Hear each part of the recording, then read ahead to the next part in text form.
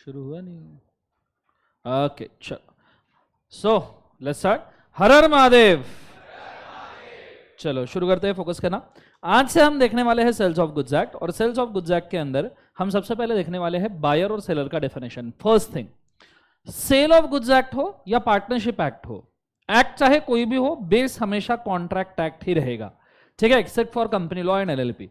सो आपका contract act जितना strong है उतना ही इजी और उतना ही स्कोरिंग आपका सेल ऑफ गुड्स एक्ट और पार्टनरशिप होगा, ठीक है। पर कॉन्ट्रैक्ट एक्ट बहुत तगड़ा चाहिए, स्ट्रांग चाहिए एकदम। समझ में आ रहा है मैं क्या कह रहा हूं? जोर से बोलो सुन नो। सो इसके ऊपर मेहनत करना। Now sale of goods act में हम स्टार्ट कर रहे हैं विद द डेफिनेशन। सबसे पहला है अपना बायर का डेफिनेशन, फिर है सेलर का definition. Buyer means a person who buys or agrees to the buy. Buyer मतलब ऐसा बंदा जो खरीद रहा है या खरीदने को एग्री कर रहा है, अभी खरीदेगा या बाद में खरीदेगा, खरीदना जरूरी है। Seller means the person who sells or agrees to sell, मतलब जो अभी बेच रहा है या बाद में बेचेगा। पता नहीं कौन से नशे करके डेफिनेशन बनाई है। आगे बढ़ते फोकस करना है, एकदम वाहियात definition. Buyer who buys, seller who sells, वाह वाह वाह। नेक्स्ट डेफिनेशन है गुड्स की। ये थोड़ी सी खास डेफिनेशन है, साइज पर से भी समझ में आता है, कई बार साइज पर से समझ में आ जाता है। सो ऐसे सिचुएशन, अरे साइज पर से डेफिनेशन समझ में आता है ना यार, क्या गलत बोला। Let's go. सो गुड्स, पहले वर्ड यूज किया है मींस। नॉर्मली मींस वाले डेफिनेशन होते हैं एग्जॉस्टिव। बुक लाइए जीवन में, गलती से ऐसे घर पे बैठे थे, बैग खुली पड़ी थी, उधर से हवा आई, टेबल के रखे हुई बुक ऐसे बैग में गिर गई। ऐसा हुआ तुम्हारे साथ गलती से ऐसा? फिर वो बैग गलती से तुमने उठा के वैसे ही ला ली, ओ शिट मैंने बुक ला ली। ऐसा कुछ हुआ कभी तुम्हारे साथ में? So goods means every kind of movable property. Every kind of कौन सी property? Movable. What is movable property? जिसको पकड़ के इधर उधर हिला सकते हैं। अब क्या हुआ जीवन? अरे ये टेबल मूवेबल है, इसको पकड़ के इधर उधर नहीं हिला सकते हैं यार। अरे क्या तकलीफ है लाइफ में। So good means a movable property other than क्या बोले एक बार से actionable claims. What is actionable claims? Bill of exchange, promissory note, सुना है? है ना? एंड मनी, पैसा भी गुड्स नहीं होता। अब जब वो बोलते हैं मनी, मनी दो टाइप का होता है बेटा। कितना टाइप का मनी होता है? दो। पहला जो मनी चलन में है, चलन में है मतलब मित्रों आज रात 8 बजे से क्या लाया? आज रात 8 बजे से 1000 और 500 रुपए के नोटों को लीगल टेंडर माना नहीं जाएगा, और हम पूरी देश की जनता के नोट लगा देंगे। समझ में आ रहा है सबको? हाँ है ना? जोर से बोलो हाँ सर ना। अब मुझे बताओ 500 और 1000 की पुरानी नोट तुम्हारे पास है, कोई फायदा है उसका? जोर से बोलो सर ना। उससे एरोप्लेन बन सकता है या हुडी बन सकती है, बोलो हाँ है ना। लेकिन अभी जो तुम्हारे पास 2000 की नोट है वो भी बंद हो गई है। 2000 की नोट है तुम्हारे पास, घर में कैश जमा करके रखा होगा एकदम बेड के नीचे दबा दबा के, हाँ है ना। तो मुझे बताओ अगर ऐसा सिचुएशन होगा तो ऐसे सिचुएशन में क्या उस चीज को हम मनी मानते हैं? नहीं। तो जो चलन में है, जैसे अभी 500 की एक ही नोट बेचारी जिंदा है, अरे हाँ या ना? 500 की एक ही नोट जिंदा है, 2000 की नोटें बंद हो गई है। अब जीवन में जिएंगे कैसे? तो 500 की नोटों के भरोसे पे ही जीना पड़ रहा है, बोलो हाँ या ना। आपको पता है जितना कम डिनोमिनेशन होगा ना नोटों का, उतना करप्शन कम होगा। मतलब बीच में कुछ वीडियोस रिलीज हुए थे डिमोनेटाइजेशन के टाइम पे। जिस दिन इंडिया में नोटों का हाईएस्ट डिनोमिनेशन 50 रुपीज हो जाएगा, उस दिन करप्शन हो ही नहीं सकता। घूस देने के लिए तुमको 50-50, मतलब घूस देने के लिए 1 करोड़ की घूस देनी है तो सोचो 50-50 रुपए के कितने नोट लेके जाने पड़ेंगे, ट्रक भर के लेके जाना पड़ेगा। अरे समझ में आ रहा है तुमको? हाँ है ना। तो कितना डिफिकल्ट काम है, प्रैक्टिकली फिजिबल नहीं है घूस देना फिर। और दूसरा, अगर घूस आप दे नहीं पाए तो काम आपके होंगे नहीं। समझ में आए? तो किसी को घूस नहीं मिलेगी। अब किसी को घूस नहीं मिलेंगे तो सब चुपचाप काम करेंगे। समझ में आ रहा है सबको? हाँ है ना? जोर से बोले सर नो। या एटलीस्ट घूस का रेट कम हो जाएगा, ठीक है, ज्यादा नहीं रहेगा। क्लियर है कंसेप्ट? और फिर उसके बाद में एक और काम कर देना चाहिए, फिर सब लोग बैंकिंग ट्रांजैक्शन पे शिफ्ट हो जाएंगे, बोलो हाँ या ना। बस उसके बाद में एक ही काम कर देना चाहिए, जितने भी बैंकिंग ट्रांजैक्शन है उसके ऊपर 0.2% टैक्स लगा देने का, नॉर्मल टैक्स खत्म। ठीक है, मतलब 100 रुपए अगर आप यहां से किसी को पे करते हो तो उसके अंदर 20 पैसा तुमको बैंक को देना पड़ेगा, और बैंक से ये टैक्स गवर्नमेंट वसूल करे। इतना मस्त सिस्टम बन सकता है ना। मेरे को लगता है डाउन द लाइन एक आधा और वीडियो आएगा मोदी जी का, मित्रों आज रात 12 बजे से तुम्हारी लग गई, क्योंकि 500 और 100 के नोट इसके बाद में लीगल टेंडर नहीं माने जाएंगे। समझ में आ रहा है सबको? हाँ ना। 200 भी, हाँ 200 भी।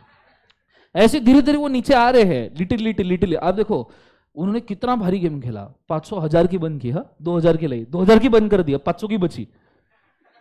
समझ में आ रहा है? मतलब जो पहले 1000 के नोट थे अब वो चलन से बाहर है, अब 500। अब कुछ दिनों बाद में वो क्या करेंगे, 200 की नोट है ना, उसमें और एक नहीं लगेंगे, फिर 500 बंद। समझ में आ रहा है सबको? हाँ है ना। यही गेम चल रहा है। फिर 100 की नहीं लाएंगे, 200 बंद, फिर 50 की नहीं लाएंगे गेम ओवर समझ में आ रहा है? तो बेस्ट चीज है जीवन में। और सच में करप्शन कम होगा ईमानदारी से। 50 रुपए में कौन करप्शन करेगा मेरे को बताओ? ये जो इतने खाते करोड़ों से, इनको शर्म नहीं आती, ठीक है? इतने करोड़ों करोड़ों से खाते हैं जितने लोग, उनको इमेजिन करो किसी गवर्नमेंट टेंडर के लिए 100 करोड़ का कॉन्ट्रैक्ट तुमको 3 करोड़ देने, कैसे दोगे? 50-50 रुपए की नोट लाऊंगे कहां से? 50 रुपए की नोटें इतनी। समझ में आ रहा है सबको? और इंडिया का यूपीआई पेमेंट इतना भारी हो चुका है, इंडिया के यूपीआई पेमेंट को इंग्लैंड ऑस्ट्रेलिया जैसे देश कॉपी कर रहे हैं। मतलब हमारे यहाँ सब्जी वाला भी वो क्यूआर कोड लेके बैठता है। 7 रुपए देने तो भी स्कैन करके आप 7 रुपए दे सकते हो। कंजप्शन 1 रुपए देना तो भी स्कैन करके दे सकते हो। इससे ज्यादा क्या, मतलब जितने चार्जेस उससे कम पैसे दे सकते हो तुम। कंसेप्ट समझ में आ रहा है सबको? हाँ है ना। So this is a thing. तो जो मनी अभी चलन में है, चलन में मतलब फिलहाल चलन में है हमारे पास में अप टू 500 के नोट्स, बोलो हाँ है ना? अरे बोले सर ना। तो इसको हम गुड्स नहीं मानेंगे, इसको हम गुड्स मानेंगे क्या? नहीं। पर जो मनी अभी चलन के बाहर है, चलन के बाहर कौन है? बाहर या बाहर? बाहर, जो भी है। जो मनी चलन के बाहर है, जैसे 2000 रुपए के नोट, 1000 रुपए के नोट, क्लियर है कंसेप्ट? इन नोटों को हम एंटिक्स मानते हैं। क्या मानते हैं बोले एक बार उसे? एंटिक। एंटिक मतलब विंटेज कलेक्शंस। और ये विंटेज कलेक्शंस को हम गुड्स मानते हैं। क्या मानते हैं बोले एक बार उसे? गुड्स। तो चलन वाले पैसों को हम गुड्स नहीं मानते, पर चलन के बाहर वाली चीजें। अब तुम्हारे पास में समझो 1 पैसा का कॉइन है, मेरे घर पे 1 पैसे का कॉइन है, एंटिक कलेक्शन। अभी और उसको 20-30 साल अगर मैंने अच्छे से रखा ना, तो उसको एक वैल्यू, एंटिक वैल्यू बन जाएगा। कंसेप्ट समझ में आ रहा है सबको? हाँ है ना। तो उसको गुड्स माना जाएगा या नहीं माना जाएगा? यस। क्लियर है कंसेप्ट सबको? यस और नो? नीचे includes stock and share, growing crops, grass and things attached or forming part of the land। बोले जमीन से जुड़े हुई जो चीजें हैं, अगर वो तुमने जमीन से जुड़ी हुई चीजें रखी तो कुछ नहीं है, पर तुमने उखाड़ ली। तुमने क्या बोले एक बार उसे? उखाड़ ली। जैसे झाड़ जमीन से जुड़ा, तुमने समझ में आ रहा है सबको? हाँ है ना? जोर से बोले ऐसा ना, तो गुड्स बन जाएगा। जब तक वो जमीन से जुड़ा हुआ है तब तक वो गुड्स है क्या बोले एक बार? नहीं। पर जिस वक्त आप जमीन से उसको उखाड़ लोगे, वो चीज क्या बन जाएगी बोले एक बार? जो है गुड्स। क्लियर है कंसेप्ट? अब इसमें एक और एग्जांपल है। आपने देखा ना कई सारे कंस्ट्रक्शंस में मुरुम लगता है, मुरुम। ये पहाड़, आप कई बार बाहर जाते होंगे तो आपने देखा होगा हाईवे बनाने के लिए पहाड़ खोदते, पूरा पहाड़ खोद डालते, हाँ है ना? वो अभी तो जो अपने नितिन गडकरी जी, बांधकाम मिनिस्टर, हाँ है ना? का खतरनाक, नुसता बांधते ही जा रहे हैं, पागल जैसे बांधते जा रहे हैं। चांदनी चौक को तो उन्होंने चांदनी रात बना दिया है। समझ में आ रहा है सबको? कहां आदमी जाता है उसको खुद को समझ में नहीं आता, नशे में ही लगता है। वो चौक में बिना नशे का नशा हो जाता है। समझ में आ रहा है सबको? हाँ है ना? जोर से बोले ऐसा नो। अब इतना बड़ा पहाड़ उन्होंने खोद डाला, उसका जो मुरुम है वो जब आपने पहाड़ से बाहर निकाला, देखो जब तक वो पहाड़ में था तब तक वो गुड्स नहीं था, पर जब आपने उसको ट्रक में भर दिया वो क्या बन जाएगा बोले एक बार? उसे गुड्स। तो जब आप चीजें लैंड से जुड़ी हुई चीजें उनको लैंड से डिटैच कर दोगे तो वो बन जाएगा गुड्स। ठीक है? Which are agreed to be serve before the sale or under the contract of sale. कई बार गन्ना होता है, गन्ना, बोलो हाँ है ना? शुगर इंडस्ट्रीज गन्ना परचेस करते हो, और वो गन्ना कैसे परचेस करते हैं? ऐसा नहीं 1 क्विंटल 2 क्विंटल। वो क्या बोलते हैं, ये 10 एकड़ का खेत है, 10 एकड़ का एक खेत का पूरा गन्ना मेरे को चाहिए। कह रहे अभी गन्ना तोड़ा भी नहीं है, 2 महीने पहले ही कॉन्ट्रैक्ट हो गया कि 2 महीने के बाद आप शुगर इंडस्ट्री को गन्ना दोगे। कंसेप्ट समझ में आ रहा है सबको? हाँ है ना? जोर से बोले सर नो। तो उसको भी गुड्स माना जाएगा।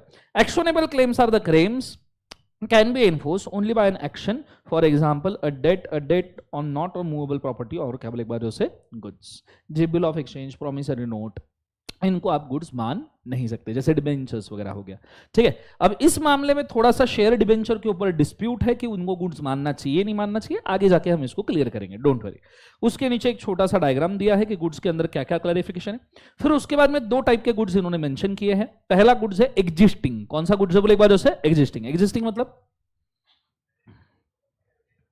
एग्जिस्टिंग मतलब जोर से बोलो, जो कॉन्ट्रैक्ट करते वक्त प्रेजेंट है, the goods which are present at the time of the contracting. ठीक है, existing goods are such a goods which are in existence at the time of the contract of sale. These are owned or possessed by the केवल एक बाजू से seller. For example, तुम किसी भी shop में जाते हो, डीमार्ट वगैरह में जाते हो, डीमार्ट में जाते हो, बोलो हाँ है ना, बोले ऐसा ना दो चार चीजें ऐसे, बोलो हाँ है ना। सो डिमांड में जाते हो तो कौन चीजें कुछ बैग में डालते हो, थैली में डालते हो, तो वो चीजें एग्जिस्टिंग गुड्स है, ऑलरेडी रेडी है, जिस दिन तुम परचेस करो उस दिन तुम्हारे हाथ में है। कंसेप्ट समझ में आ रहा है मैं क्या कह रहा हूं। और दूसरे होते हैं future goods. The future goods, future goods मतलब जो आगे बनेंगे। शादी किसकी करवाई थी उस दिन अपन ने, शादी करवाई थी ना, आशा की, आशा की अपन ने शादी करवाई थी, याद है। शादी तो हो गई पर वो नहीं हो पाया। अरे शेरवानी नहीं आई थी उसकी, अच्छा सोचो जीवन में शेरवानी आई थी क्या। अब आशा ने जब शेरवानी की ऑर्डर दी, काय की ऑर्डर दी, शेरवानी, जिस दिन ऑर्डर दी उस दिन रेडी था क्या, नहीं। कब मिलने वाला था, शादी के दिन पे। तो मुझे एक बात बताओ, शेरवानी शादी के दिन पे आएगा तो एग्जिस्टिंग गुड्स हुआ या फ्यूचर गुड्स हुआ, समझ में आ रहा है। तो वहां एग्जांपल लिख कर रखो फटाफट फटाफट। D mart purchase of goods by adding to cart। दूसरा future goods, order for tailor made clothes, order for tailor made clothes.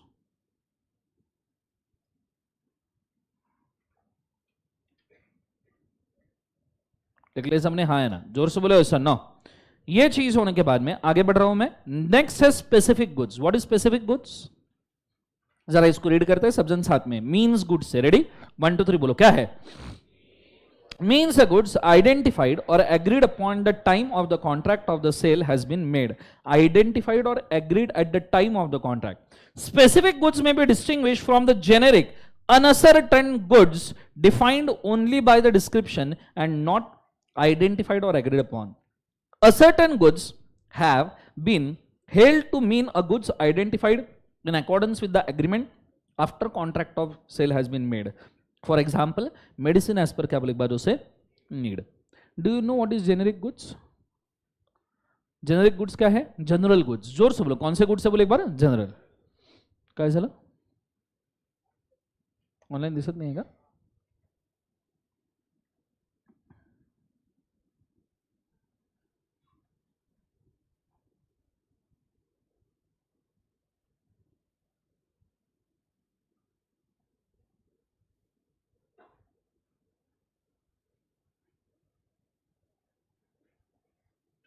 Okay okay, मुझे एक बात बताओ, अनसर्टन और असर्टन गुड्स का मीनिंग कोई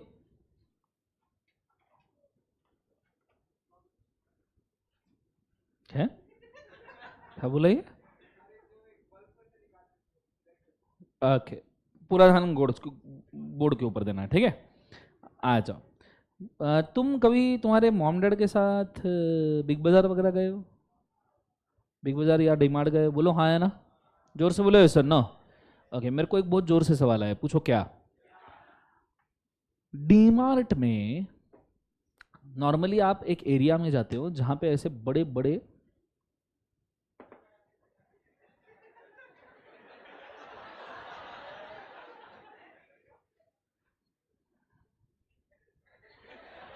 बड़े बड़े कंटेनर वेसल रखे रहते हैं, बोलो हाँ या ना। अरे बोलो ऐसा ना, उसमें पूरा धान पड़ा रहता है, चावल गेहूं, बोलो हाँ या ना, दाल वगैरह, और फिर उसमें वो पाइली होती है, वह डाल के तुम पॉलीथीन के बैग में भरते हो, बोलो ऐसा ना, फिर उसका वेइंग करना पड़ता है। ओके, अब समझो ये वेसल है, इसमें ऐसे बहुत सारे ऐसे क्या चावल, क्या गेहूं, गेहूं कौन से, कलर साबूदाना, कैसी जिंदगी है। सो ये कलर, गेहूं का कलर लेना पड़ेगा। एक गेहूं दिख रहा है, गेहूं नहीं दिख रहा, अब दिख रहा है। अब ये जो वेसल है ये वेसल के अंदर बहुत सारे गेहूं पड़े हैं, बीज पड़े हैं, और आपने पाइली डाल के इसमें से एक जग में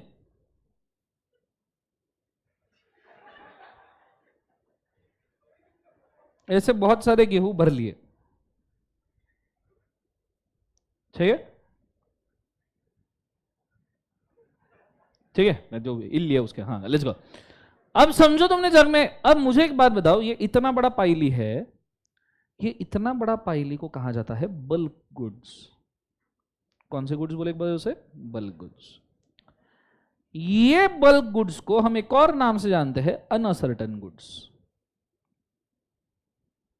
कौन से गुड्स बोले एक बार उसे, अनसर्टन गुड्स। ये अनसर्टन गुड्स में से तुमने ये पाइली बाहर निकाला, तो इस पाइली को कहा जाता है असर्टन गुड्स। कौन से गुड्स बोले एक बार, असर्टन गुड्स। फिर ये पाइली को आप एक कैरी बैग में भरते हो, बोलो हाँ या ना। सो समझो तुम्हारी कैरी बैग दिख रहा है, कैरी बैग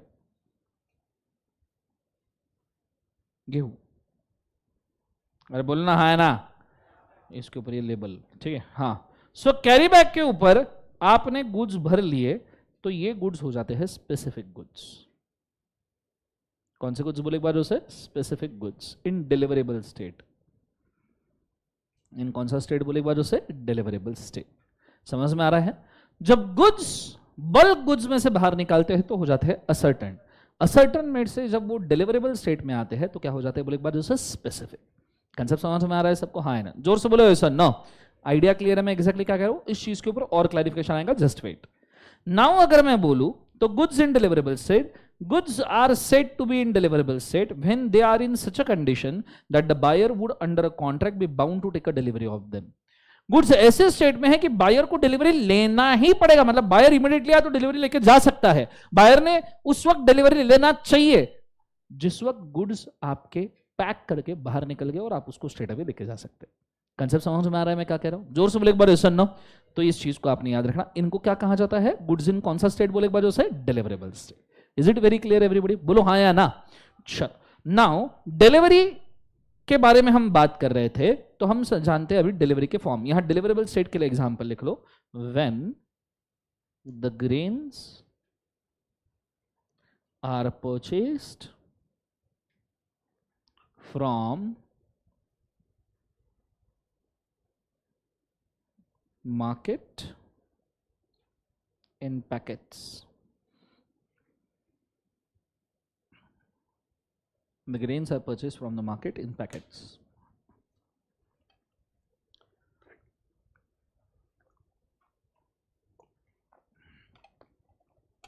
डन एवरीबॉडी, जोर से बोलो यस नो। ओके, अब ये चीज होने के बाद में डिलीवरी के फॉर्म्स एंड डेरिवेटिव्स, कितने टाइप के डिलीवरी होते हैं और किस किस प्रकार से डिलीवरीज को जाना जा सकता है, ठीक है।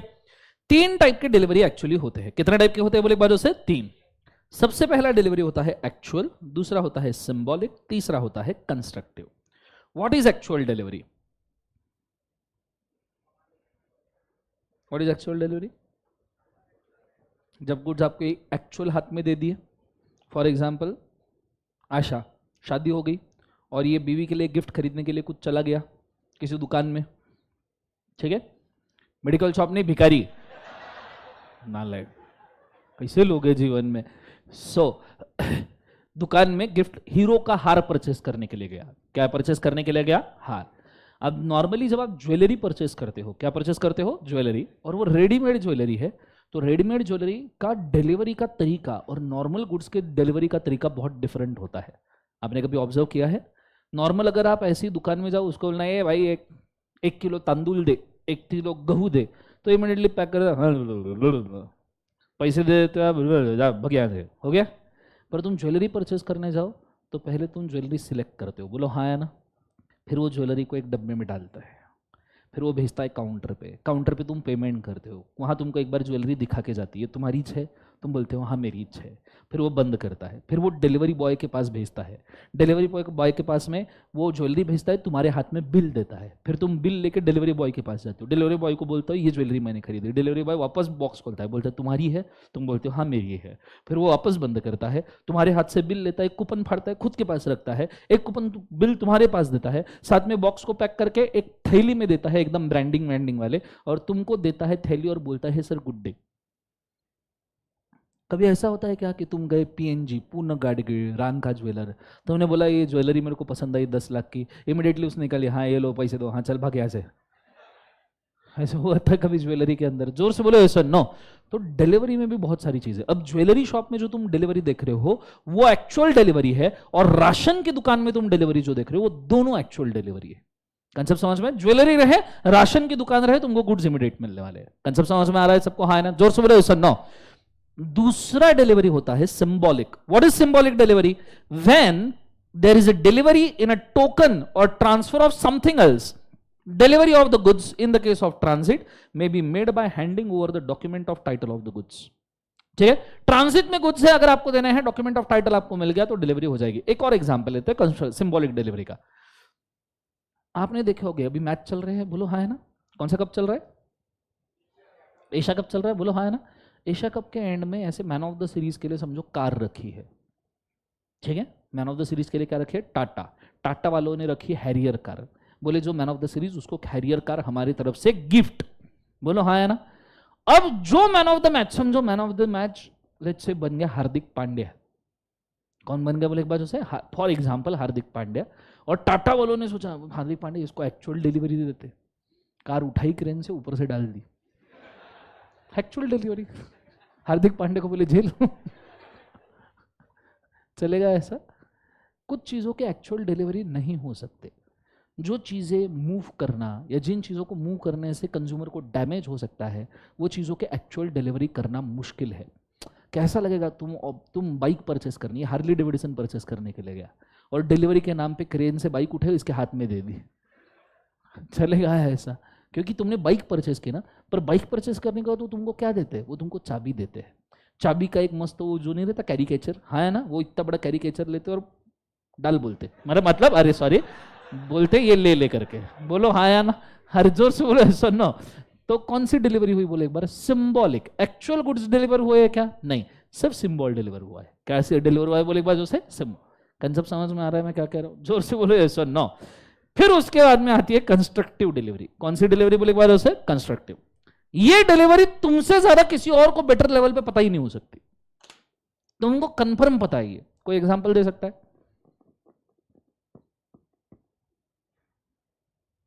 नहीं पता तुमको एग्जांपल? ऐसे फोन खोला, महिंद्रा का टॉप कितना सुंदर है, इधर टुक टुक टुक टुक परचेस, कोड लगा दिया, टिक टिक टिक, हाँ तेरा महिंद्रा का टॉप आ रहा है, बोलो हाँ या ना? इसके अंदर मैं कितनी छान दिखूंगी? अरे जोर से बोलो ऐसा ना। फिर वो कुरियर वाला आता है, हेलो मैडम कहाँ हो जीवन में, ये तुम्हारा टॉप ले गया। हाँ भैया वो एक काम करना, नीचे वॉचमैन खड़े उनके पास में दे देना। फिर वो टॉप देता है वॉचमैन के पास में, बोलो यस और नो? हाँ वॉचमैन भैया मैं आने के बाद में तुम्हारे साथ टॉप पहन, नहीं सॉरी मैं आने अरे आई मीन टू से तुमसे टॉप लूंगी और बाद में पहनूंगी, बोलो हाँ या ना? अरे जोर से बोलो यस और नो। अब मुझे एक बात बताओ, टॉप किसको डिलीवर होना चाहिए था? अरे बोलो ना, टॉप किसको डिलीवर होना चाहिए था? लड़की को डिलीवर होना चाहिए था जिसने ऑर्डर किया। तुम नॉर्मली क्या बोलते हो? भैया वॉचमैन के पास रख दो। क्या डिलीवरी कंप्लीट हो पाया? नहीं, ये सिंबॉलिक नहीं है, पूरा गुड्स डिलीवर हो रहा है। ये एक्चुअल भी नहीं है क्योंकि लड़की नहीं है। अरे बोलो ना हाँ है, फिर भी ये डिलीवरी मानी जाती है। क्यों? क्योंकि वॉचमैन तुम्हारी बिल्डिंग का है, तुम वॉचमैन को जानते हो, तुम उसके साथ टॉप चेंज कर सकते हो। अरे बोलो हाँ है ना। तो इस डिलीवरी को क्या कहा जाता है? Constructive delivery. जोर से बोलो, कौन सा डिलीवरी? Constructive delivery. वॉचमैन के पास गुड्स छोड़ के चले जाना, दोस्त के पास गुड्स छोड़ के चले जाना, हाँ भैया मेरे पप्पा आ रहे, मेरा भाई आ रहा है, उसके हाथ में गुड्स दे दो, गुड्स ले लेना। These are constructive delivery. ठीक है, आपको गुड्स डिलीवर नहीं हो रहे ना, आपको सिंबल डिलीवर हो रहा है। गुड्स एक्चुअली मिल रहे हैं पर आपको नहीं मिल रहे, आपके बिहाफ पे किसी को मिल रहे हैं। आर यू अंडरस्टैंडिंग मैं क्या कह रहा हूं? जोर से बोले एक बार, यस और नो। एवरीबॉडी यस और नो? ओके सर तुम कॉन्ट्रैक्ट में सब लिखवा रहे थे। कॉन्ट्रैक्ट में कुछ नहीं लिखवाओगे क्या? Okay, sale of goods act में एक एडवांटेज आपके पास है, आप इन्हीं चीजों को भी रट के जा सकते हो जैसा का वैसा। फॉर एग्जाम्पल तुम्हें पूछा actual delivery, it is actual when the goods are delivered to किसका? Buyer. Point number 1। What is symbolic delivery? When there is a delivery of the token of the transfer of something else. Delivery of the goods in case of transit may be made by handling over the document of title of goods. या तो फिर तीसरा point, constructive delivery मतलब क्या है? तो इन्हीं points को आप यूज कर सकते हो। फिर भी अगर आपको नहीं लग रहा है तो मैं इसको लिखवा के देता हूँ। एक बार लिखवा के दूँ चलेगा कि नहीं लिखवाना है? सर अभी ना थोड़ा सा कंफ्यूजन लग रहा है। लिख लो नालायक लोगों, लिखो भिखारी लोगों, लिखो।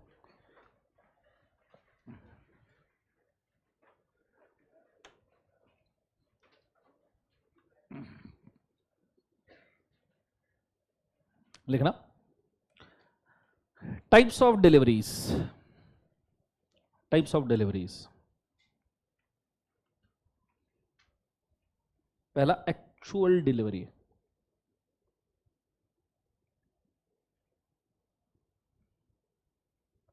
Actual delivery, when the actual goods are delivered to purchaser, to buyer by seller,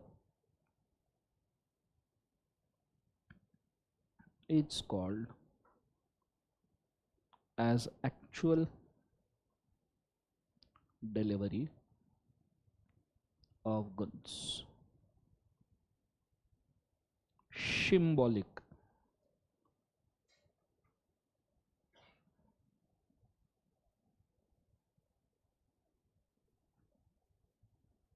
When a symbol or document regarding goods is delivered to the buyer without the delivery of actual goods, it is called symbolic delivery. Full stop. For example, delivery of car key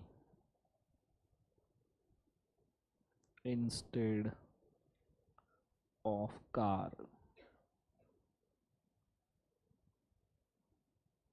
दूसरा example, delivery of document of title to goods. Delivery of document or title to goods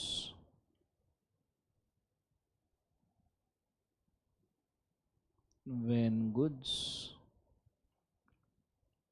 are in transit. Full stop. उसके बाद में constructive delivery.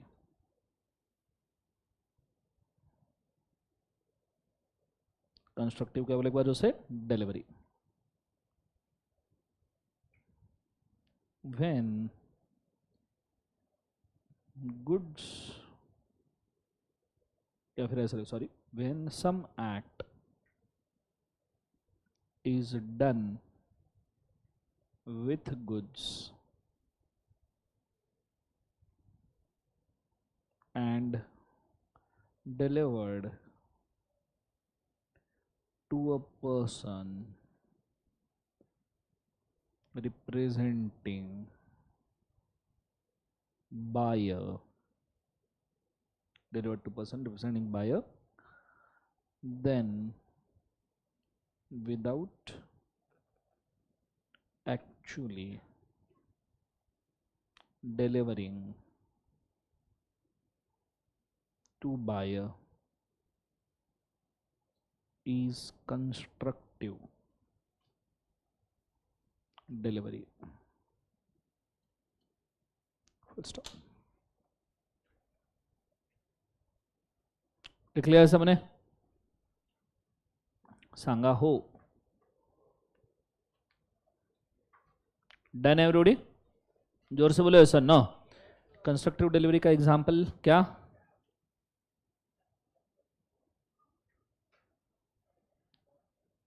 Top change ना, top change with watchman.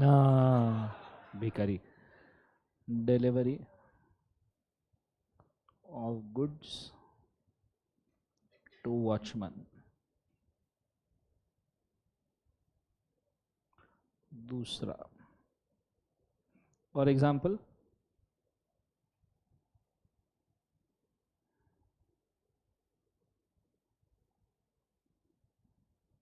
कई बार देखना आपने, आपके गुड्स कुरियर कंपनी आपके नियरेस्ट कुरियर लोकेशन के ऊपर भेज देती है.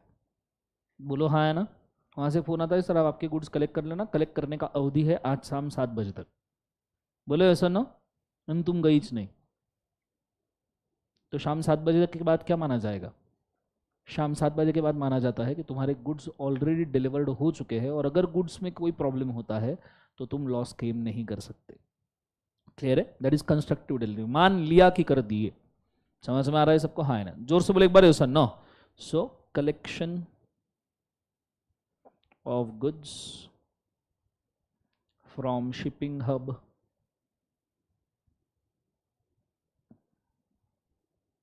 कलेक्शन ऑफ गुड्स फ्रॉम क्या लिखवा से? Shipping hub. एक और एग्जाम्पल कंस्ट्रक्टिव डिलीवरी का, एनीवन? बोलो.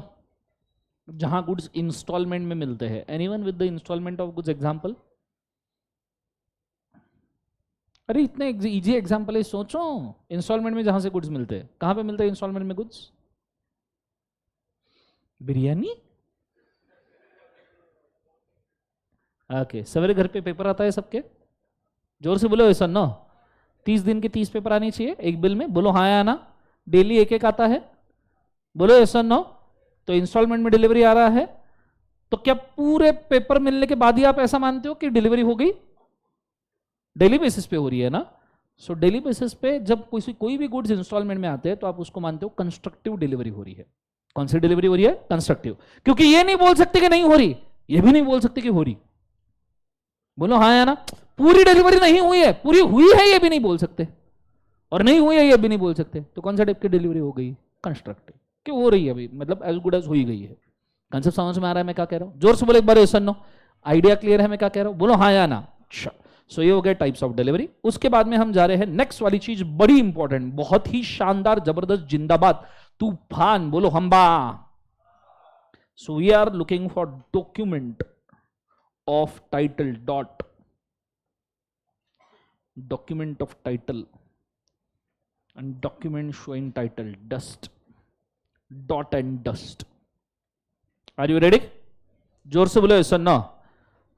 डिफरेंस क्रिएट करना है, दोनों के बीच में एक सुंदर सी लाइन मारिए और एक भेदभाव खड़ा कर दीजिए.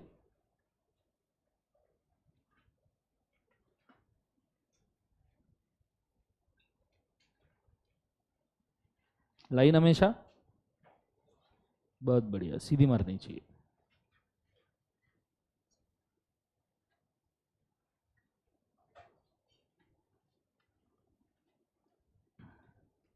Hello guys, ready? सबसे पहले मीनिंग.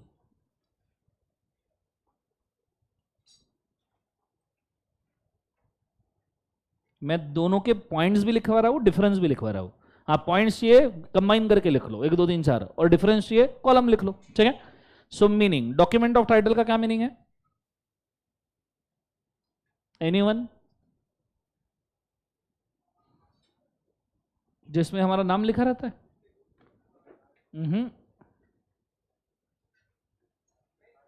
शादी का कार्ड डॉक्यूमेंट ऑफ टाइटल। और गुड्स कौन? गुड्स कौन शादी के कार्ड के ऊपर जिनके नाम लिखे हैं वो ना। ओके लिखो, पहले पढ़ लो चाहिए तो बाद में लिखो। Document of title to goods includes bill of lading, dock warrant, warehouse keeper certificate, wharfingers, बगल पूरी डेफिनेशन पढ़ ली, घंटा कुछ समझ में नहीं आता क्योंकि उन्होंने सिर्फ एग्जांपल दिए, उन्होंने कोई डॉक्यूमेंट बोला है क्या? देखो ऊपर बोला है the document amounts to be a document of title only where it shows the unconditional undertaking to deliver the goods to a holder of the document. मतलब क्या?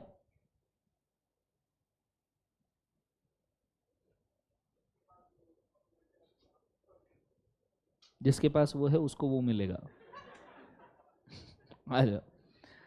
When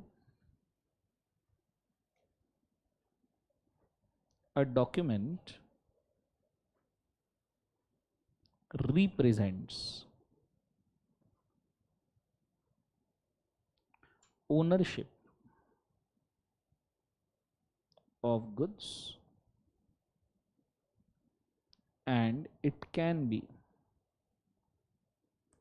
freely transferable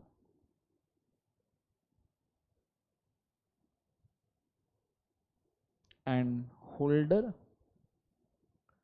of document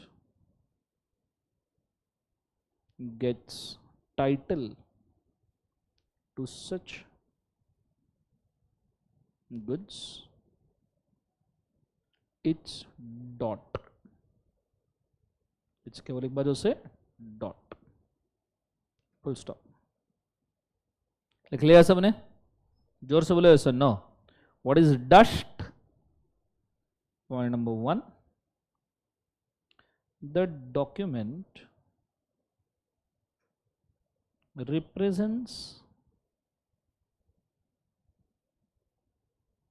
the goods and also mentions the name of owner of such goods and cannot transfer title by delivery is dust. Cannot transfer title by delivery is a dust. Live लगा? Logic समझ में आ रहा है नहीं आ रहा है? लिखते हो कि समझ में आ रहा है? बोलो हाँ या ना। चलो नेक्स्ट वाला, second difference.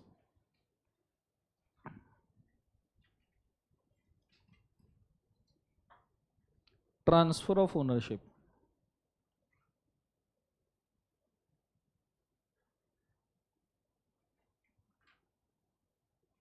Transfer of ownership, when document is handed over from one person to other, it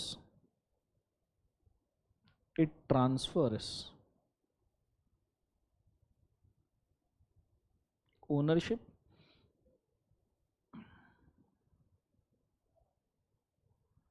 with such a handing over. Point number 2,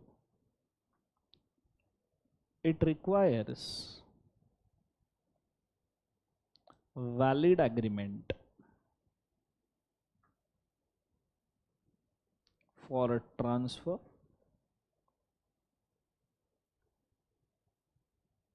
of such a document and or transfer of such document and ownership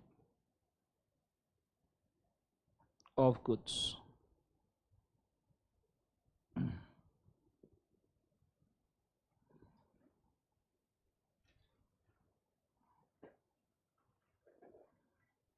लिख लिया सबने? Next वाला negotiable.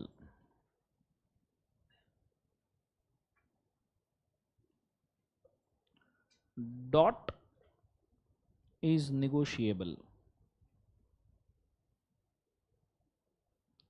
Can be freely transferred. Dust is non-negotiable.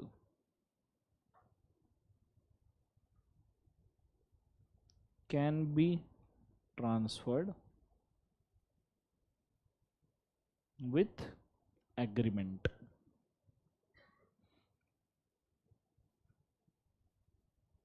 Can be transferred with the agreement. लिख लिया सबने? जोर से बोले yes or no. Examples. Can you tell me examples of document of title?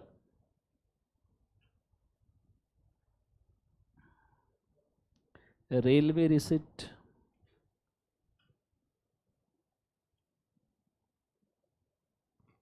इसे आरआर कहा जाता है,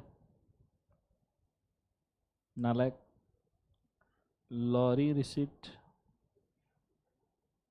भिखारी, हंसो मत. LR, shipping bill,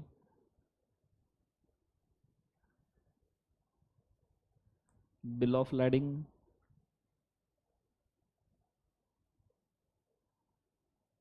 yes or no?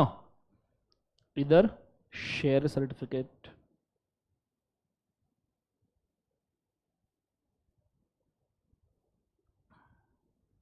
property documents,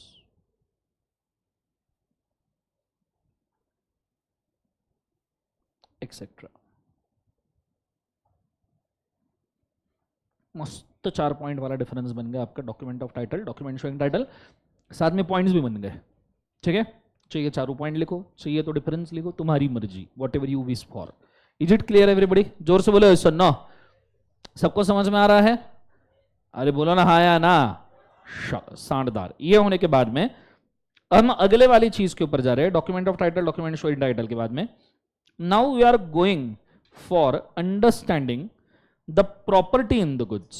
क्या बोले एक बार से? प्रॉपर्टी. सबके बुक में प्रॉपर्टी लिखा हुआ है? बोलो हाँ या ना. एक बार कृपया उसको रीड करें. गो फॉर इट फास्ट, मन के मन में.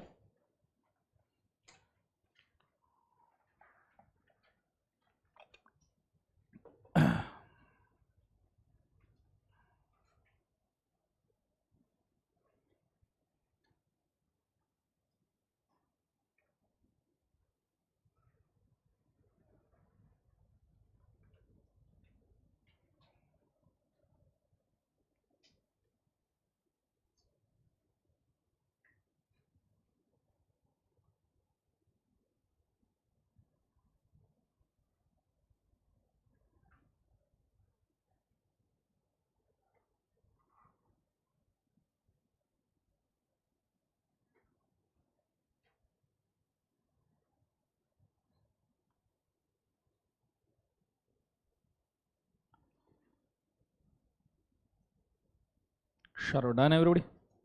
रीड कर लिया सबने? क्या मतलब होता है प्रॉपर्टी का? प्रॉपर्टी का मतलब क्या है? पढ़ा ना तुमने अभी? जो प्रॉपर. ओके, फोकस करना अच्छे से. Property means general property in the goods, that is right of ownership in the goods, not merely a special property. Note that general property in the goods is to be distinguished from the special property. It is quite possible that the general property in a thing may be in one person and the special property in the same thing may be in the another. Example, when the article is placed, the general property in the thing may be transferred subject to special property. continuing to remain with the another person, that is pledge who has right to retain the goods pledged till payment of the क्या बार जिसे stipulated dues. सो एक होता है general property, एक होता है special property. वापस पढ़ते हैं नीचे. The absolute ownership usually of a personal property with the right of complete domination over it includes incidental right of possession and use and enjoyment or deposition or alienation. The property right or qualified interest in the property such as interest of a bailee, pledgee, lawful possessor, conditional vendee prior to full payment of the lien holder, subordinate to absolute, conditional or general property of the ownership. Sir क्या मस्त पढ़ते हो तुम, घंटा समझ में नहीं आया पर. चलो आ जाओ, एक एग्जांपल बनाते हैं, फोकस करना अच्छे तरीके से, ध्यान देना. Have you heard pledge? Pledge मतलब सर वो बचपन में लेते थे, India is my country, all Indians are my brothers and sisters, और तब मैं सिस्टर में India is my country, all Indians my brothers and sister except for the Anushka from class C, Deepika from class D. बोलो हाँ या ना, जोर से बोलो हाँ ना, कितने जोर से हाँ आया देखो उसका भिखारी मानुस. ठीक है, let's go. So pledge, what is pledge? Let's take an example. बहुत अच्छे तरीके से बोर्ड के ऊपर ध्यान देना, फोकस करना अच्छे से. समझो कोई एक बंदा चाहिए, हाथ रेस कर लो, हाथ रेस करो. सबने ऐसे नीचे कर दिए, करो ना कोई. हाँ, नाम बोल भाई तेरे. मुक्या.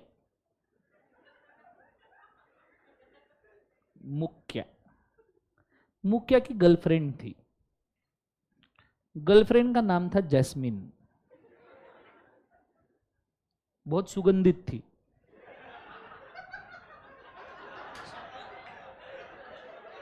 गर्लफ्रेंड का नाम क्या? अरे क्या हुआ? गर्लफ्रेंड का नाम क्या था? अरे वो जैस्मिन रहता है ना यार. तुम कोई भी चीज देखो, सुगंधित बोला सबसे पहले उधर जैस्मिन लगा देंगे लोग. हाँ, अबे जैस्मिन इंग्लिश नाम है भिखारी. मोगरा लिखो. हाँ मोगरा. क्या लिखो अभी? हिंदू नाम हिंदी में लिखो. अभी क्या लिखूंगा? ठीक है, आगे बढ़ते हैं ना. मोगरा अच्छा लग रहा तेरे को? चंपा ना, चमेली, चंपा. हिंदू नाम लिखो बोले. Let's go. सो मुखिया की गर्लफ्रेंड थी, क्या बोले एक बार उसे, जैस्मिन. और आई 14 फरवरी. 14 फरवरी को मुखिया ने जैस्मिन को हीरो का हार दिया. और फिर बुकिंग नहीं सॉरी, और फिर उसके, अरे फोकस, हीरो का हार दिया. और उसके बाद में मुखिया ने हीरो का हार देने के बाद जैस्मिन को बोला आई लव यू. जैस्मिन बोले चल हट भड़को, मैं सॉरी. अरे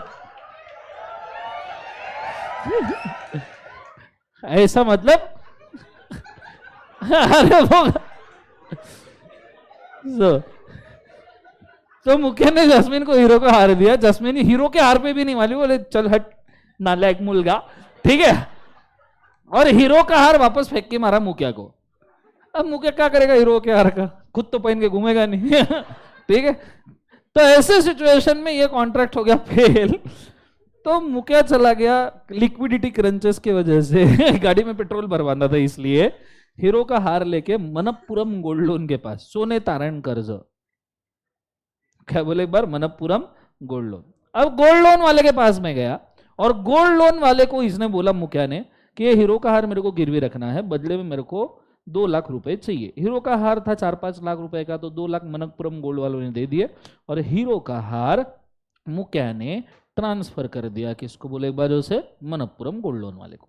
समझ में आ रहा है सबको? हाँ है ना? जोर से बोले ऐसा नो. अब हीरो का हार जब इसको दिया, तो ये देखो ये है कॉन्ट्रैक्ट ऑफ लोन. यह है कॉन्ट्रैक्ट ऑफ क्या बोले एक बार उसे, लोन. और ये जो हीरो का हार ट्रांसफर किया, इसको ऊपर ले लेते हैं. This is a contract of bailment. This is a contract of bailment. समझ में आ रहा है सबको? बेलमेंट पता है तुम्हें? बेलमेंट नहीं पता तुमको? बेलमेंट पता होगा ना यार. जब एक पर्सन दूसरे पर्सन को मूवेबल गुड्स देता है किसी भी चीज से, तो उसको बेलमेंट कहा जाता है. नहीं, एक एग्जांपल लेते हैं. एग्जाम्पल में एग्जाम्पल, लेट्स गो. समझो दूसरा एग्जांपल, दूसरे कैरेक्टर चाहिए कोई। हाँ ये तो है ही अपना आशा। हाँ बाजू में आशा के अजिंका, अजय, अजय, ठीक है। अब आशा के पास 10 एकड़ लैंड थी, 10 एकड़ लैंड जोतनी थी। क्या बोला अब मैंने? अरे लैंड जोतना एग्रीकल्चर मैन, तो कैसा हंस रहे? JYOTNE जो भी होगा।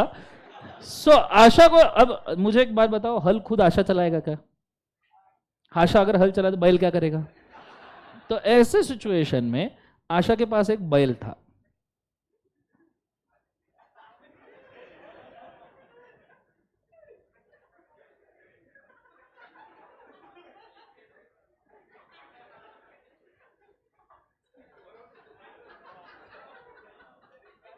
अबे रुके, ओए बैल बन रहा है अभी, बाकी है बैल बनना।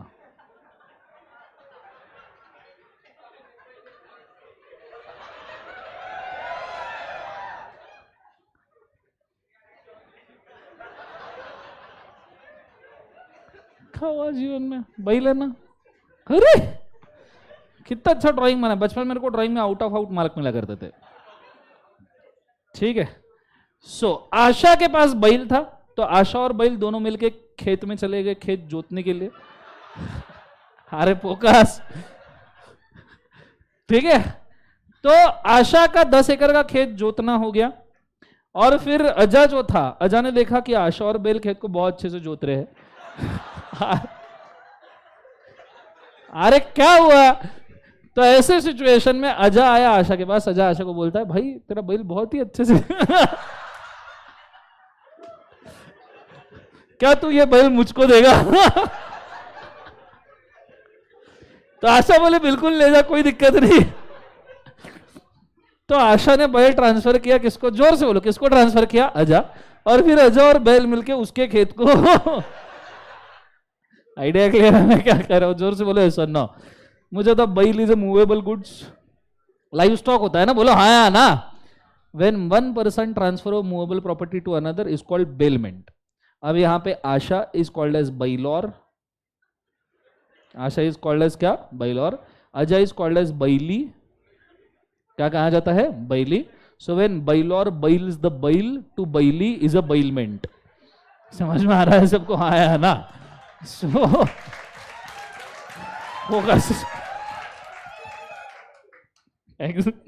So when the bailor, बोलो सब जने एक बार, क्या बोलना है? When the bailor bails the bail to the bailey is a bailment।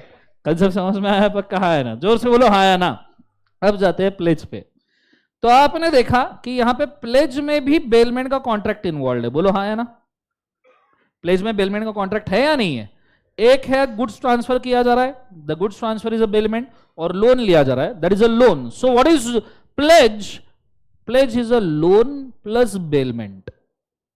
Pledge is a loan plus क्या लिख बाजू से? Bailment. It is called as क्या लिख बाजू से? प्लेज। सबको समझ में आ रहा है? सबको हाँ है ना? जोर से बोलो ऐसा ना। अब ये प्लेज है, तो ऐसे सिचुएशन में जरा फोकस कीजिएगा, ठीक है। इसमें जो प्लेज करता है उसे कहा जाता है पॉनर। मेरी गलती नहीं है, उसको पॉनर ही कहा जाता है। समझ में आ रहा है? और जिसको प्लेज किया जाता है उसे कहा जाता है पॉनी। समझ में आ रहा है? जिसको प्लेज किया उसे क्या कहा जाता है? Pony. When pawner pawns the goods to the pawnee, when pawner pawns the goods to the pawnee, it is called as pledge. Pledge. It is called as pledge. समझ में आ रहा है सबको? हाँ है ना? अरे जोर से बोले ऐसा ना। आप इतने जोर से हंसो मत। वो हिस्ट्री टीवी 18 पे एक सीरीज आया करता था, पॉन स्टार नहीं।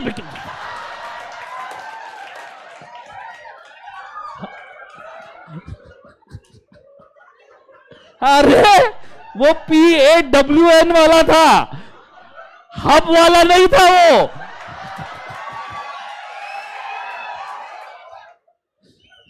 जिंदगी so pawner. Now focus, focus. Now what I am trying to say, मुझे एक बात बताओ, हीरो के हार का ओनर कौन है? बोले एक बार जोर से। मुखिया। जोर से बोलो, हीरो के हार का ओनर कौन है? मुखिया। तो मुखिया is called to have a general property. कौन सी प्रॉपर्टी? बोले एक बार जोर से। General property. What is general property? मुखिया के पास ये हीरो के हार का ओनरशिप है। कल जाके अगर मुखिया ने बैंक को बोला कि भाई साहब ये हीरो का हार वापस दो, बदले में सोने की घड़ी ले लो या चांदी की घड़ी ले लो उतने ही वैल्यू की, तो बैंक को हीरो का हार वापस देना पड़ेगा या नहीं देना पड़ेगा? अरे जोर से बोलो, हाँ या ना। बदले में वो सिक्योर्ड एसेट दूसरी दे रहा है ना, बैंक को क्या लेना देना सोने का है या चांदी का है? बैंक को सिर्फ उसका जो लोन है उतना अमाउंट कवर करने से मतलब है। बोलो हाँ या ना।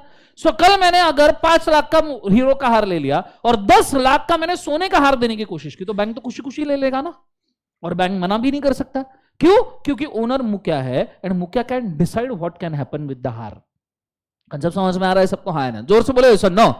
पर जो मनप्पुरम गोल्ड लोन्स वाले हैं, इनके पास में जो प्रॉपर्टी है वो प्रॉपर्टी है स्पेशल। कौन सी प्रॉपर्टी? सब जन बोले एक बार उसे। Special property. What do you mean by special property? Special property मतलब क्या? अगर मुखिया ने लोन का रीपेमेंट नहीं किया, अगर मुखिया ने लोन का रीपेमेंट नहीं किया, तो क्या बैंक हीरो का हार बेच सकती है? जोर से बोलो हाँ या ना। पहला right, that bank have a right to sell, ये सुनो। दूसरा, क्या बैंक इस हीरो के हार का पोजीशन लोन रिपे होने तक खुद के पास रख सकती है? जोर से बोलो हाँ या ना। This is called as lien, right of lien. सुना होगा, this is called as lien, कि पैसे के खिलाफ तुमने कोई चीज का पोजीशन रख लिया। Lien can also be called as position. बोलो हाँ या ना। आर यू अंडरस्टैंडिंग मैं क्या कह रहा हूं? जोर से बोलो यस और नो। अरे जोर से। तीसरा, अगर ये मुकेश ने लोन रिपे कर दिया, अगर मुखिया ने क्या रिपे कर दिया? बोले मुखिया ने लोन रिपे कर दिया, तो मुझे एक बात बताओ, क्या बैंक इस हार को रिलीज करने का भी राइट रख सकती है? So release of the asset, release of asset. अच्छा, मुखिया ने लोन रिपे नहीं किया और बैंक के सामने जाके गिड़गिड़ाने लग गया कि मेरी गर्लफ्रेंड जो है मोगरा, वो वही हार वापस मांग रही है। वो वही क्या वापस मांग रही है? बोले एक बार हार, उसको वही चाहिए, उसको दूसरा चाहिए ही नहीं। तो मुझे एक बात बताओ, ऐसे सिचुएशन में बैंक वॉलेंटरीली भी जो सिक्योर्ड असेट है, हार है, उसको रिलीज कर सकती है चाहिए तो? मतलब बैंक को ऐसा लगा कि जाने दे यार, कोई दिक्कत नहीं। रहता है ना लेंडर के पास में, साहूकार के पास कई बार जमीन रहती है, बोलो हाँ है ना। फिर वो खेती वाले को रोना धोना देख के बोल रहा है जाने दे, ये जमीन भाई ले ले, तू आराम से पे करता रहे। बोलो ऐसा ना। तो सिक्योर्ड असेट रिलीज करने का राइट भी बैंक के पास है। अब ये जो राइट है, ये तीनों राइट बैंक के पास है, पर क्या बैंक को इस राइट्स की वजह से ओनरशिप मिला है? जोर से बोलो, ओनरशिप मिला है? क्या बैंक इस हीरो के हार को डिसमेंटल करके हीरो के इयररिंग्स, हीरो के ब्रेसलेट्स ये बना सकती है? बैंक नहीं। Are you understanding? बैंक इसको हार को जैसा का वैसा रखना पड़ेगा। वो इयरिंग ब्रेसलेट्स इस हार से डिसमेंटल करके नहीं बना सकती। पर मुखिया अगर चाहे तो ये हार वापस लेके गोल्ड सोने का हार देके इस हीरो के हार से इयरिंग्स और ब्रेसलेट्स बना सकता है या नहीं बना सकता है? सो मतलब क्या है कि मुखिया हैव द ओनरशिप। मुखिया क्या है? Ownership. When you have ownership and title to goods, जिसमें आप गुड्स के साथ कुछ भी कर सकते हो, कुछ भी, एनीथिंग। मुखिया इसको कल सवेरे उठ के ऐसे जमीन खोद के उसके अंदर दफना दे, उसके ऊपर टूम स्टोन, जैस्मीन मर गई, उसकी मर्जी। बोलो हाँ है ना। कल जाके मुखिया इस हार को मुथामुआ नदी में फेंक दे, उसकी मर्जी। पर क्या बैंक ऐसा कर सकती है? नहीं। बैंक एक तो उसको सेल कर सकती है, लीन कर सकती है, रिलीज कर सकती है। बैंक के पास दूसरा ऑप्शन नहीं है। कंसेप्ट समझ में? तो बैंक के पास जो प्रॉपर्टी है वो कौन सी प्रॉपर्टी है? स्पेशल। उसका वेस्टेड इंटरेस्ट है प्रॉपर्टी के अंदर जब तक लोन रिपे नहीं होता। पर मुझे एक बात बताओ, बैंक को सच में क्या हीरो के हार में इंटरेस्ट है या लोन के इंटरेस्ट में इंटरेस्ट है? आर यू अंडरस्टैंडिंग मैं क्या कह रहा हूं? तो it is called as general property and दूसरा कौन सा है? स्पेशल। सबको समझ में आया अच्छे से? जोर से बोले एक बार यस और नो। तो मैं चाहूंगा इसको लिख के रखिए, ड्रॉ इट। ठीक है, अच्छे से लिख के रखना। बैल भी ड्रॉ करना है क्या तुमको? नहीं ना? हाँ।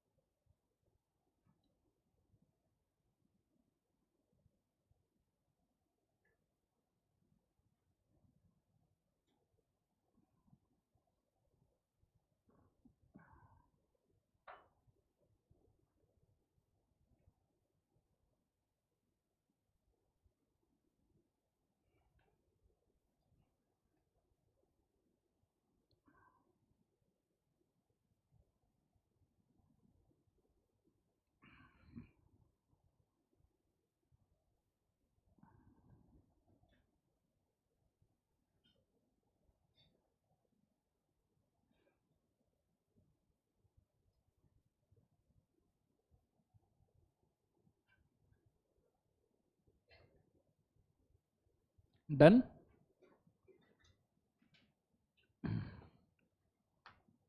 ये ड्रॉ कर लिया सबने?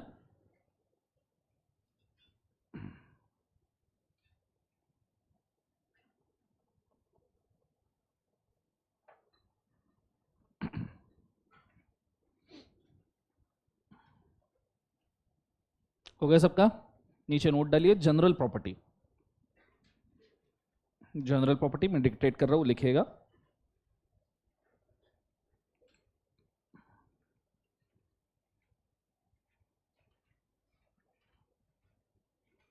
लिखना, general property is absolute ownership of the goods. General property is the absolute ownership of the goods. General property is the absolute ownership of the goods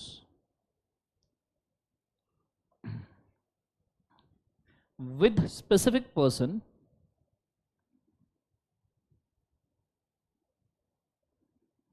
who dominate over the goods,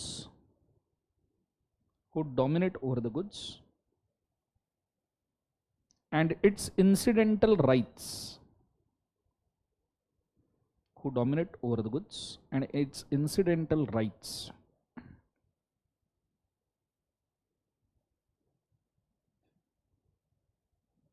Its enjoyment and disposal also.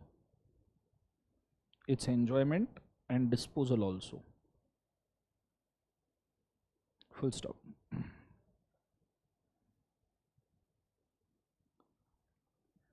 Special property नीचे, special property.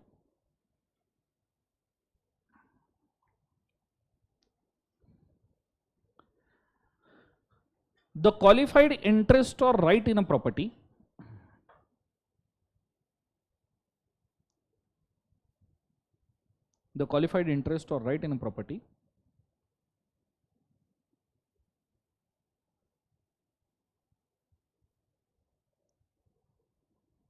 such as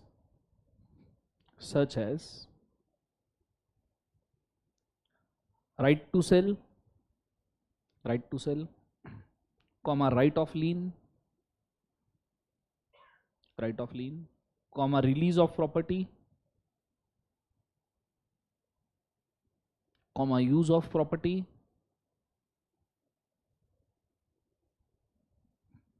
etc.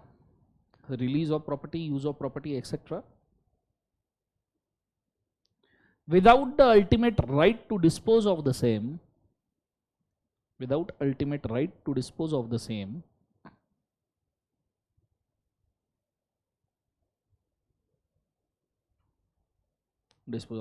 is a special property.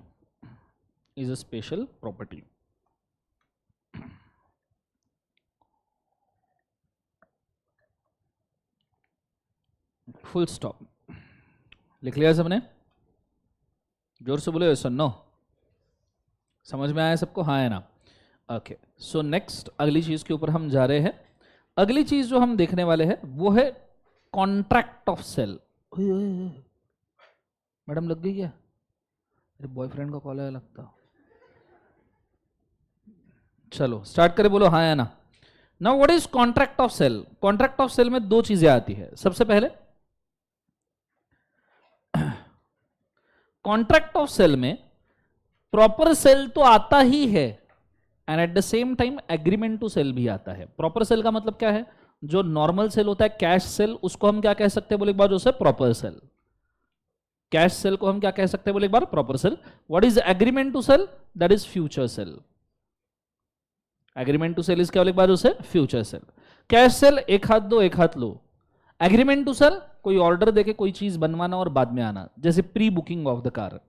हमने pre booking of car में पैसा दे दिया, pre booking कर रहे हो, इसका मतलब क्या है कि आप आगे जाके उसको परचेस करने वाले हो।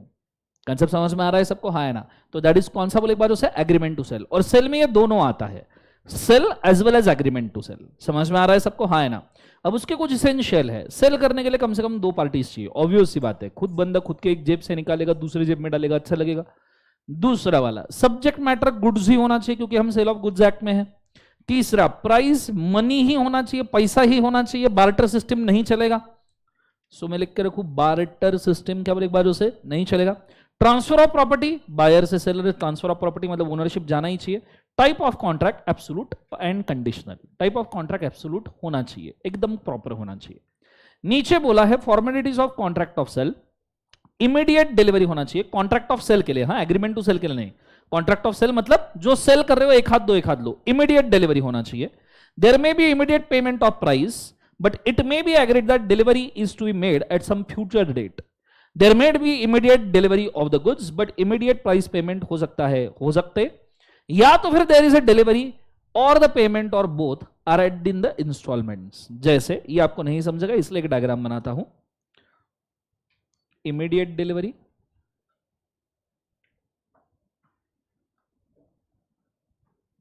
स्पेलिंग ही याद नहीं आ रहा था, इमीडिएट फुटूरे, इमीडिएट एंड क्या बोले एक बार उसे, future, price delivery. Are you guys ready? सबसे पहले सब रेडी है ना? सबसे पहले कुछ तो भी गलत को एक दिमाग लगाने दो।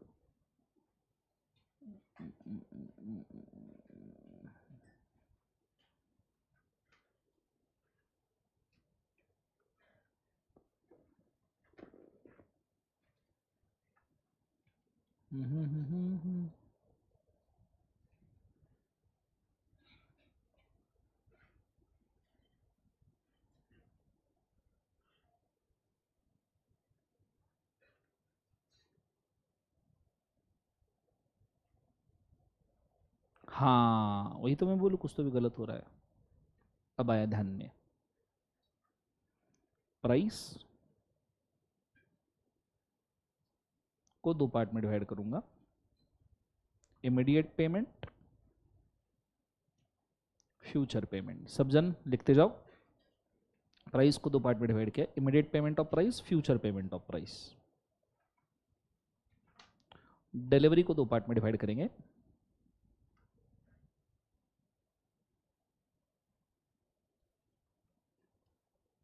Immediate delivery, future delivery.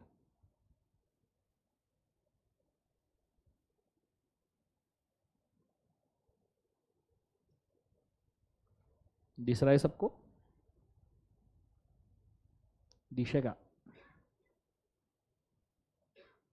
चलो ऐसा ड्रॉ कर लिया सबने। इसमें अब बनाएंगे लाइंस, लाइन हमेशा बोलो रे।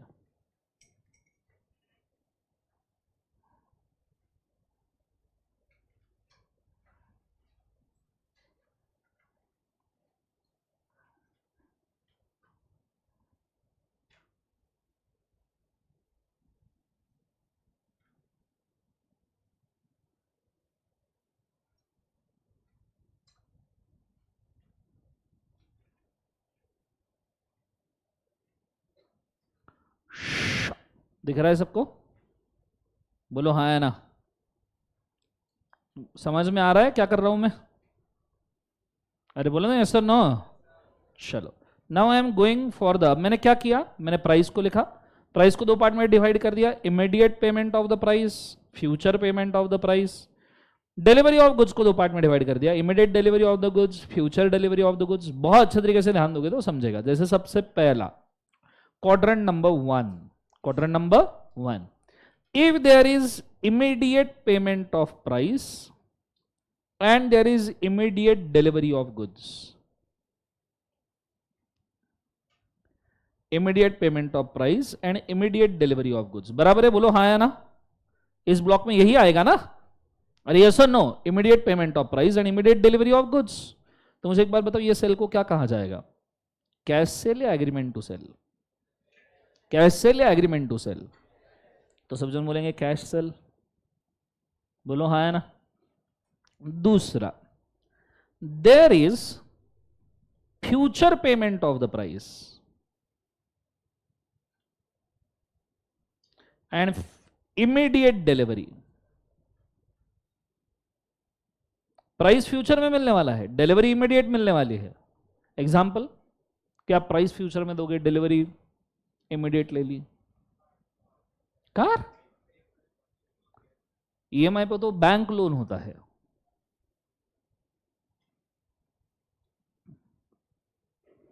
जब तुम किसी रिलेटिव के यहाँ से, रिलेटिव की दुकान से कुछ परचेस करते हो या पहचान वाले की दुकान से कुछ परचेस करते हो जो तुमको परचेस नहीं करना है पर सामने वाला चिपका देता है, बोलो हाँ है ना। अरे भैया ये फ्रिज देखो, अरे एक नंबर जबरदस्त फ्रिज है। तुम बोलते नहीं रे यार पैसे नहीं। अरे पैसे मांगे कहाँ आपको, तुम ले जाओ ले जाओ, पैसे कौन, पसंद आए पैसे देना, आराम से देना, कोई घाई नहीं। बोलो हाँ है ना। नुक्कड़ की दुकान पे राशन वाले के साथ में तुम्हारा अकाउंट चलता होगा घर वालों का, हाँ है ना, कि घर वालों का कुछ किसी ना किसी एक जगह पे उधारी चलती है, बोलो हाँ है ना। तो इमीडिएट डिलीवरी ऑफ गुड्स है, फ्यूचर पेमेंट ऑफ प्राइस है, that is a credit sale. अब मुझे एक बात बताओ, credit sale is a sale और agreement to sell? Whether it is a sale or an agreement to sell, it is an agreement to sell. Agreement to sell. फिर quadrant number 3, quadrant number 3, that is immediate price and delivery in the future. बोलो हाँ है ना। Price immediate ले लिया, delivery बोले बाद में दूंगा फ्यूचर में। एग्जाम्पल ऑनलाइन शॉपिंग, बोलो हाँ है ना। इमीडिएट पेमेंट ऑफ प्राइस है, डिलीवरी आपको बाद में मिलेगा। कार परचेस, बाइक परचेस, पैसा आप भी देते हो, नंबर रजिस्ट्रेशन वगैरह सब क्लियर करने के बाद आता है, बोलो हाँ है ना। So there is online shopping, car purchase, bike purchase. मुझे बताओ ये सेल है या एग्रीमेंट टू सेल है? इज दिस अ सेल और agreement to sell? Immediate payment of price है, गुड्स फ्यूचर में आने वाले हैं। जोर से बोलो। प्राइस पहले ही पे हो गया, गुड्स नहीं आए। Sale on agreement, so it is an agreement. समझ में आ रहा है मैं क्या कह रहा हूं? नेक्स्ट वाला, fourth one,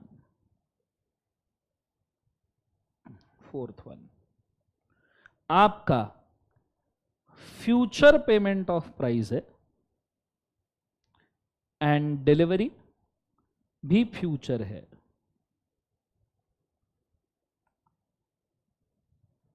example cash on delivery, COD, बोलो हाँ है ना। और tailor made clothes, tailor made clothes में तुम पहले सिर्फ कपड़ा देके जाते हो ना, पूरा पेमेंट तो स्टिचिंग के बाद होता है, हाँ है ना। टेलर्ड क्लोथ्स मुझे होता है सेल है, एग्रीमेंट टू सेल है? Obviously agreement. कंसेप्ट समझ में आ रहा है? तो ऐसे 4 टाइप के कॉन्ट्रैक्ट हो सकते हैं प्राइस और डिलीवरी से regarding. Is it very clear बच्चों? जोर से बोले सर नो। और ये चारों के चारों कॉन्ट्रैक्ट आपके आते हैं कौन से पैरामीटर में आते हैं? That is contract of sale. कौन से कॉन्ट्रैक्ट में आते हैं? Contract of cell. कंसेप्ट समझ में आ रहा है मैं क्या कह रहा हूं? जोर से बोले सर नो।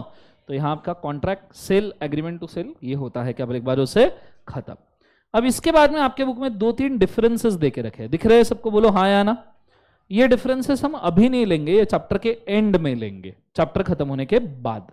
फिलहाल हम इन डिफरेंसेस को नहीं देखने वाले, ठीक है?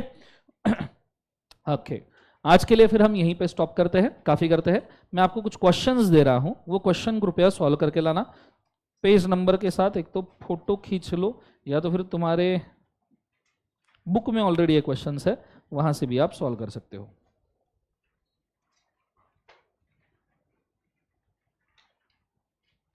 Okay, this is the question number 1, page number है कौन सा है? 2.1, ऑब्वियसली पेज नंबर 2.1, ठीक है। ये वाला सवाल आरटीपी 19 का दे लिया सबने, हाँ है ना? आगे बढ़ू पक्का? आरटीपी 19, उसके बाद में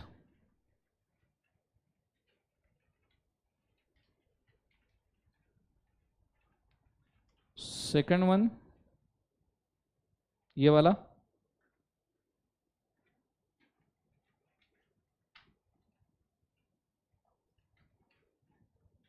पेज नंबर है इसका 2.2, लिख लिया सबने? कैटेगरीज इसमें नहीं है क्या?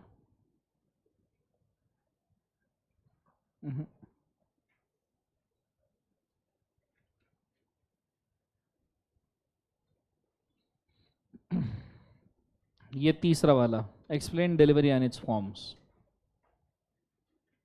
ठीक है, 3 क्वेश्चन करके लाने हैं। समझ में आया पक्का? जोर से बोलो सर नो। आज के लिए हम इतना काफी करते हैं। This all for today. Have a nice day. Thank you बोलो, जोर से बोलो। चलो, good day, God bless you guys.